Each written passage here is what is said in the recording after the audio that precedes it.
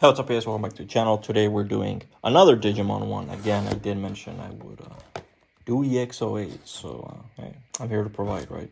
But unfortunately, this is one of those that I just seemingly don't know what the hell is going on, because I think this is a continuation of EX07. So unfortunately for me, well, not unfortunately, I will get to see a bunch of new Digimon, so that is pretty cool. But unfortunately, it's very unlikely that I'll recognize anything. So hey, you're gonna have to go through that with me. We'll see with this one. I'll do a second opening as usual. So we'll do 2 regular openings, and then I do have a third box. However, I kind of want to do a discussion video. I haven't done one Digimon for a while. And I want to talk about the prices. How seemingly Bandai has stabilized Digimon. How seemingly the new sets have fixed the problem the beginning observer started to creep in, right? The Seekers, and seemingly now that the games are going to be merged, the stock doesn't seem to be as bad, right?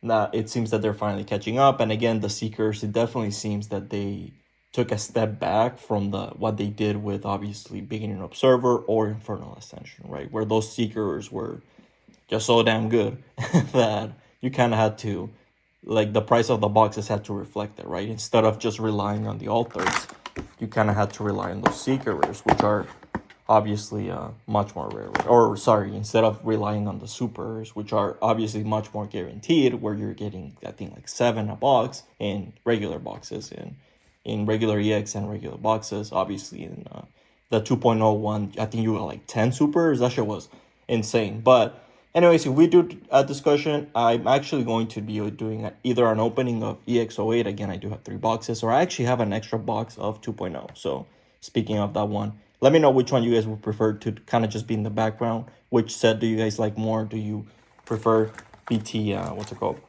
I think it's BT18/19, so special release 2.0, or do you prefer this one in the background? So instead is the newest one, I imagine it's going to be this one.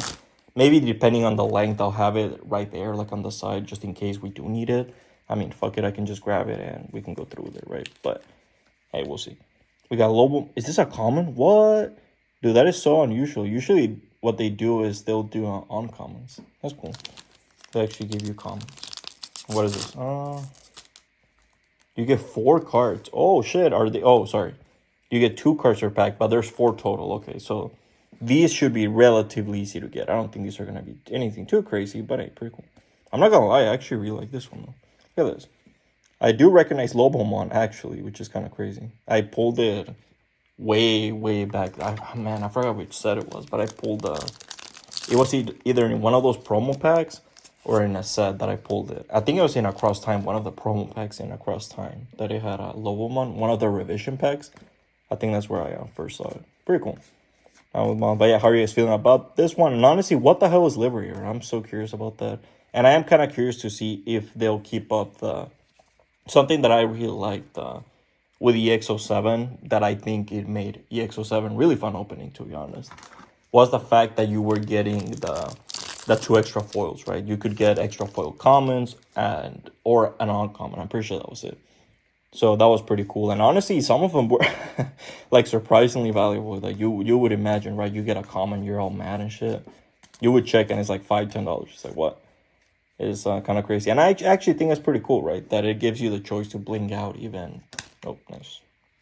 Even stuff that, realistically speaking, you probably wouldn't bling out. So just something cool that I think is something little neat that obviously players don't really have to care about, right? It's not like it's gonna price gate you or anything. You don't need the foil version, obviously. And what I like even more is that the foil actually is the color of the Digimon, right? I really was supposed to say Pokemon. Was the color of the Digimon. So for example, if you had a red one, the foil, the entire foiling, okay, I see I think that's probably gonna be a super, just based on the foiling. Let's see. But yeah, no, the foiling would actually represent the type or the color. I don't know what do they call it in Digimon? Metal Seerdramon, or Seedramon. Sorry, Seerdramon. What the hell? Where did I get that extra R? Seedramon. Very nice. Yeah, there you go. First super. Speaking of, what, in our 4th? Wait, is that? Oh no, 3rd pack. Okay, I was gonna say, damn, it's not that bad actually. You only get 7, assuming this is EX. And actually, yeah, I'm kind of curious to see what they're gonna do with because remember the EX boxes have new hits. What is this? Oh, nice. What the hell? Oh, this is the Barbamon, right, from, what's it called, Infernal Ascension. Okay, that's cool. He finally got an X antibody form. It's pretty cool. I think it's pretty fitting for, like, all the demons. And I loved Infernal Ascension. Probably still my favorite set to this day. I think I glazed it in so many videos, but honestly, dude, I love the theme of it. The heaven and hell thing, the seven deadly sins, that each Digimon is actually inspired, at least the name, right? Inspired by one of the demons, or a pretty well-known demon, except I think Creepymon. I think for some reason that one's inspired by Greek mythology. All the other ones are inspired by the Abrahamic religions, right? So I think that's pretty cool. So you have like the Leviathan, you have obviously Barbamon, which I think is Barbos or something like that. You have Lilith, Lilithmon, you have Beelzebub, Beelzemon, etc., right? Just something so cool, I think, that man, probably gonna be my favorite, I think, for a long time. I'm not gonna lie. It's gonna be kind of hard to overthrow that one. Oh, by the way, another super, which, what the hell is this? This is actually sick. Look at that. How is this a dude? That's what I'm saying though. Like, I'm not gonna lie. Obviously, I do love that they can have so much variety, but dude, sometimes when they're so humanoid, it kind of throws me off. I'm not gonna lie. Kind of reminds me of the Gen 8, what's it called, the starters, right, in Pokemon, that they just look so human-like in their final, what's it called, evolution. I mean, you literally have a Pokemon that's like a spy. I mean, what the hell? And then you have one that's like a mascot, like a football team mascot. It's fucking crazy. And thankfully in Gen 9, they actually went back and they actually made them more animal-like, right? So you have Skeledirge, which is a crocodile. And then you have, what's it called, Masquerada, a big cat. You have, what's it called, Quakeball, what's a peacock. So shit like that, right? I think it's so much better.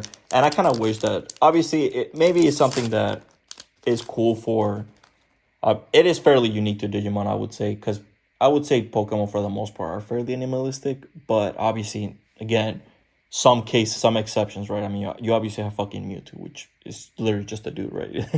Literally just a 6 feet. I don't even know how tall he is, but I'm pretty sure he towers above most people. So yeah, and he walks in. Oh, nice. They actually kept it. Hey, speaking of, and he just walks like a human, right? So it gets to that point, but I don't know. Maybe that's controversial though. Maybe you guys do like more humanoid Digimon, but I don't know. It just kind of throws me off because I keep thinking like, bro, well, what do you mean you're just a Digimon? Like, you literally just look like a whole person.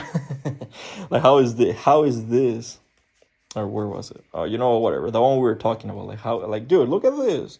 Like, obviously, this one is not as bad, but has like a little face and everything. It's or Angel Woman. Oh, well, that's an angel. That's a bit different. That's I can definitely, see past that one. But I don't know. It just kind of always surprises me when I see like so human. But hey, like I said, it is pretty cool that they can have so much variety. I mean, look at this shit. This looks like Blanca from Street Fighter, and then we were looking at a dinosaur and just so much different forms they can have. So maybe, you know what? Maybe it's not so bad. Maybe it's just a personal preference, and hey, it's not. And some of the ones I ended up keeping, ironically, well, I think just Beelstar one, right? That is semi-humanoid, but I mean, it's like a demon. So I don't know. I don't know if that counts again. It would be kind of like an angel situation. Oh yeah, speaking of, what the hell? I didn't even acknowledge it. We got our first. Unfortunately, it's just a rare, but you never know. Sometimes if the tamer is a good one, and also we did get the box one. Unfortunately, it's not a waifu, so we don't get that tax. But we do get a tamer, which again, depending on the meta, depending on what's good, could be pretty good. And then we also do get, fortunately they kept that, and that's pretty cool. I do recognize Koromon.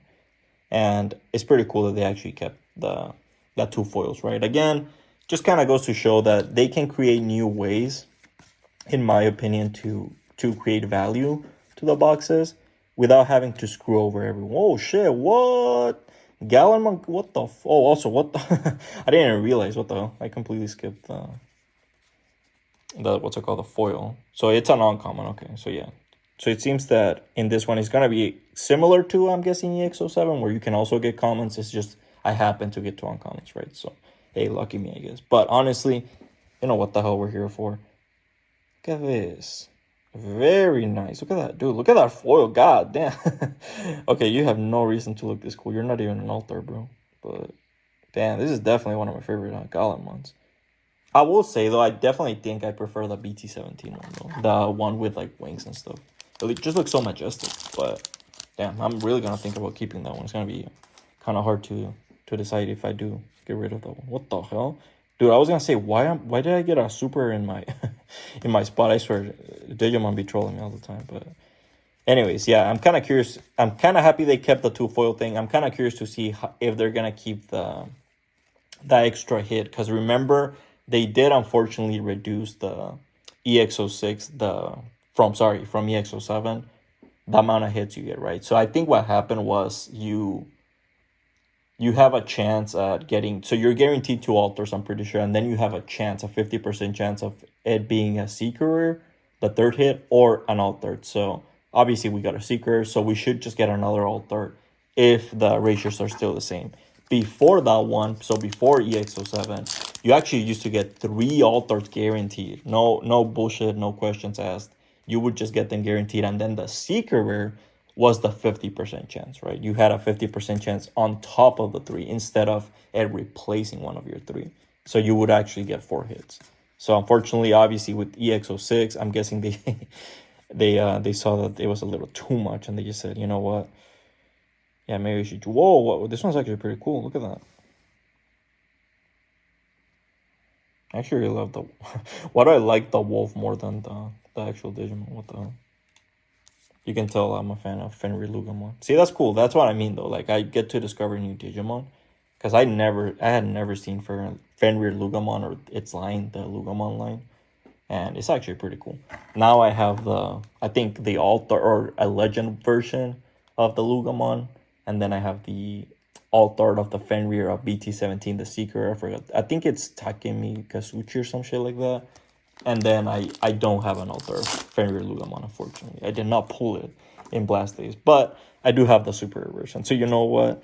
We're making do with what we have. So screw it. Agumon, Koromon, Mega Kabuterimon. But yeah, let me know how you guys feel about this set in general. How do you guys feel about EX sets now that they did nerf them a bit, I would say, but they're still technically, quote unquote, a bit more hit friendly when it comes to the hits, right, in general, because I mean, realistically speaking, you're getting 3 hits versus guaranteed, versus in BT boxes you're only gonna get 2 no matter what. So it does suck that you don't have that possibility of getting insane boxes anymore. I mean, I'm telling you, bro, when I was getting Infernal Ascension, I think the most I ever paid for Infernal was 90.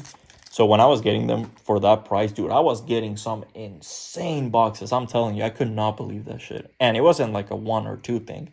It was like consistently. So I was so surprised that it took so long for the market to catch up. And once they did, yeah, it was over. Those shits ran out pretty fast, and they skyrocketed. I don't even know what they are right now, actually. I know Beginner Observers was like 150 for the longest time, and it kind of just stagnated, right? Because most people aren't going to be willing to pay that.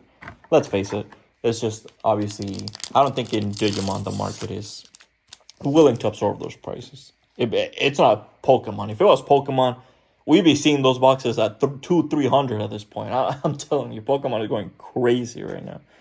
It's been a pain in the ass. And obviously, the one box I'm missing for my Sword and Shield collection is, drumroll please, Evolving Skies. So I'm going to have to pay super premium for that one. But you know what?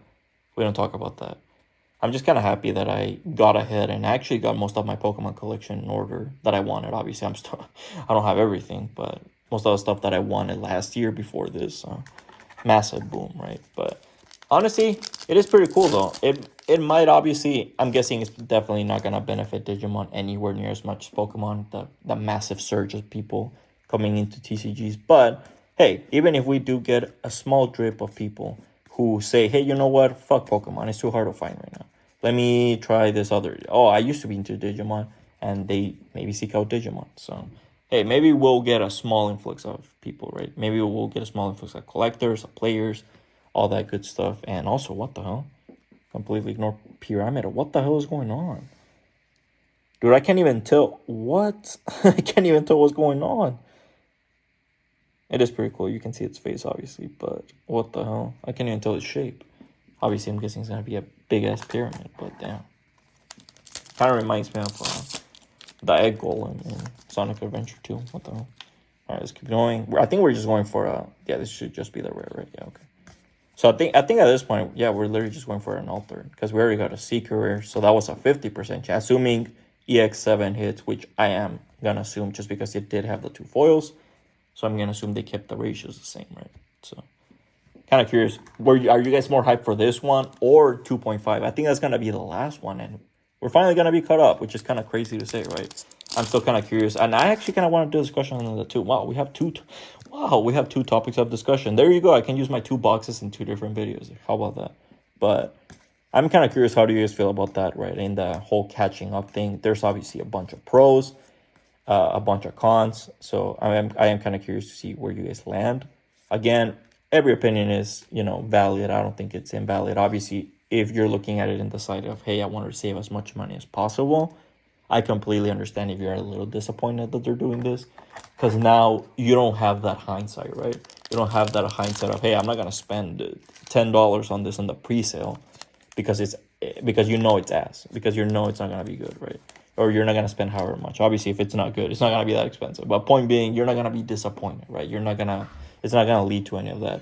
Versus, hey, I know in advance what's gonna be good. You know in advance what to quote unquote invest in. Not really invest in, obviously, but what to get, right? What you're gonna need to be good. Versus that testing period where realistically speaking, it's kind of gonna be more of a mess, right?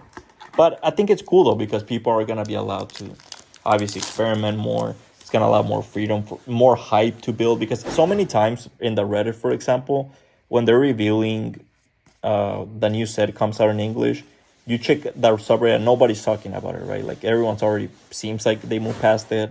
Nobody's hyped. Everyone's talking about it. They're like, what? What do you mean? We're like another set ahead. We're talking about the new reveals. What are you talking about? That new card you just got, that you just got, brother, it's gonna be irrelevant. That kind of shit, in my opinion, is kind of demoralizing and just kind of doesn't make sense, in my opinion. But again, I do understand if you're from the other perspective. And again, in terms of hype, I also see it as more beneficial to the business, right? To stores, because they can sell more. Obviously, I'm talking from Bandai's perspective. If you sell it all at the same time, way less people are gonna find out when a shitty set comes out, right? Because it's gonna come out at the same time. Hype is gonna be there. So some people that might not have bought it, if they knew in advance that, hey, this set doesn't have anything, you might as well just skip it, they're most likely gonna buy it, right? So I do see it from the Bandai perspective and from stores, obviously OGSs and stuff like that. But I don't know, from a collector, again, me mostly being that, and me mostly liking to open and then obviously just keeping what I like and then selling the rest. For me, that's cooler. But again, from a player, 100% player perspective, I can understand if maybe you feel the opposite way, right? So kind of curious on that. I'm kind of curious, and I'll probably end up doing a discussion video on that because, again, I haven't done one in Digimon in a while. And I don't know, discussion videos for Digimon actually seemingly do pretty well. So I don't know if maybe there's not a lot of videos on that or anything, but whenever I do one, it kind of seems to do well. So you guys seem to enjoy it, and I enjoy doing them. So fuck. We'll do if they manage to fix it with the new ratios and the new Seeker rares, they're obviously not anywhere near as powerful as BT16. And we can also talk about the whole unification of JP and what's it called in English, and see what the hell. Talk more about the pros and cons in a more informed way, not just in a passing way. Hey, yeah, by the way, this is what I think. In a more, because obviously a bunch of games have gone through this, where they start off, whether it be internationally or in a certain area, usually Japan, and then they catch up, right? Nice. Usually it's more like electronic games or like gacha games, for example. Like I played Bleach Brave Souls, and that one, that we went through that period, right, where they rushed a bunch of shit just to kind of catch up. And it's, in my opinion, it's kind of the same reasoning, just to create more hype. So again, kind of interesting that it's only one more set, and it's kind of crazy, right? They lasted since 2020, so about to be 5 years. I don't know when they started in 2020, so technically could be 5 years now, but I'm pretty sure they didn't start right away in January. So whenever they started, it's about to be 5 years, and it's coming to an end. So obviously it will be a massive shakeup, and it will be interesting to see how people react, right? How the market reacts, if boxes end up becoming stupidly expensive, if hype ends up ruining the pre-order cycle. It'd be kind of cool to see, right? But hey, let me know how you feel about it. Also, let me know how you feel about 2.5. Because I'm not going to lie, I feel like 2.0 was kind of lackluster. So I'm probably just going to buy the 2 boxes for the YouTube channel. And that's probably going to be that, right? But all right, let's do a top 5. And also, we did get a Barbamon X. What's it called? The Super Altar. So again, yeah, they definitely kept the ratios from EX7, which kind of sucks. But hey, what do you do, right? You can't expect them to. Again, if the issue was so much with Infernal Ascension, you can't expect them to just keep recreating it and just people to constantly be unhappy, right? I mean, look at One Piece as well, right? They actually responded fairly well, and it seems to be, for the most part, stable now. So, just how it goes. Let's do this. 1, 2. Have to give a shout out to this one.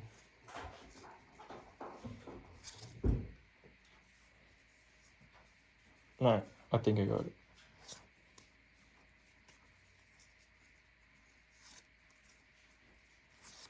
So let's do this. Top 5, or technically top 6 at this point, because I always give an honorable mention. But number 1, you already know, is gonna be Gallantmon, which, by the way, it's 3 colors. I still don't get the whole color thing. I'm not gonna lie. Again, coming from someone who the main card game I used to play, if I played any, mainly was Yu-Gi-Oh, especially mainly like in Sims, like Master Duel and that kind of stuff. And the whole type thing, like for example, I actually started playing the pocket Pokemon one in the app, and I actually started battling and getting more into it. And dude, that just baffles me. Like, how do you build an entire deck around one type / one color, and not just get curb stomped because it's random? So every opponent is gonna have a different one, right? So you're just gonna get curb stomped in some and not in others. Very different mentality from Yu-Gi-Oh. So it kind of it's taking me a while to adjust, but hey, 3 different colors, so pretty damn good. Obviously, Magnamon also was 3 colors, but guessing this card won't be anywhere near as good. If it is, hey, I pulled this, so shit.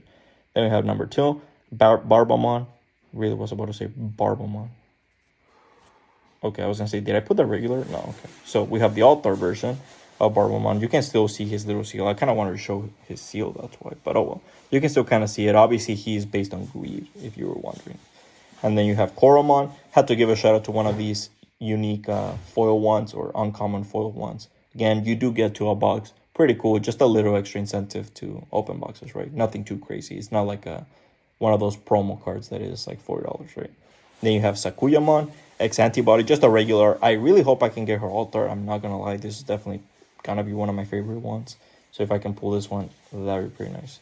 Then we have number 5, Lobomon. We have to give a shout out to our box topper, which is kind of crazy, right? We usually don't give those a lot of love, but it is Lobomon. I think it looks pretty cool. Again, I just think it's like a dude in armor, but whatever. You know what? It is what it is. Then we have to give a shout out to the honorable mentions. We actually have 2 in this one, so we have to give Ryutaro Williams a spot because he is the only tamer we got, and usually, so again, tamers are 50-50. They're gonna be good or not. So in case it is, hey, we have to give it a shout out. If not, then hey, we do have Pyramidon. Honestly, the only reason I put it there is because of the whole Sonic thing I mentioned. Kind of reminds me of that boss from there, and that game is probably my favorite Sonic game of all time. So, you know what? It makes it to the honorable mention. So hopefully you guys enjoyed it. Obviously, a little more casual opening, nothing too crazy. I don't think we pulled anything that crazy in this one. So hopefully it was still enjoyable enough, and hopefully I'll see you for the next one.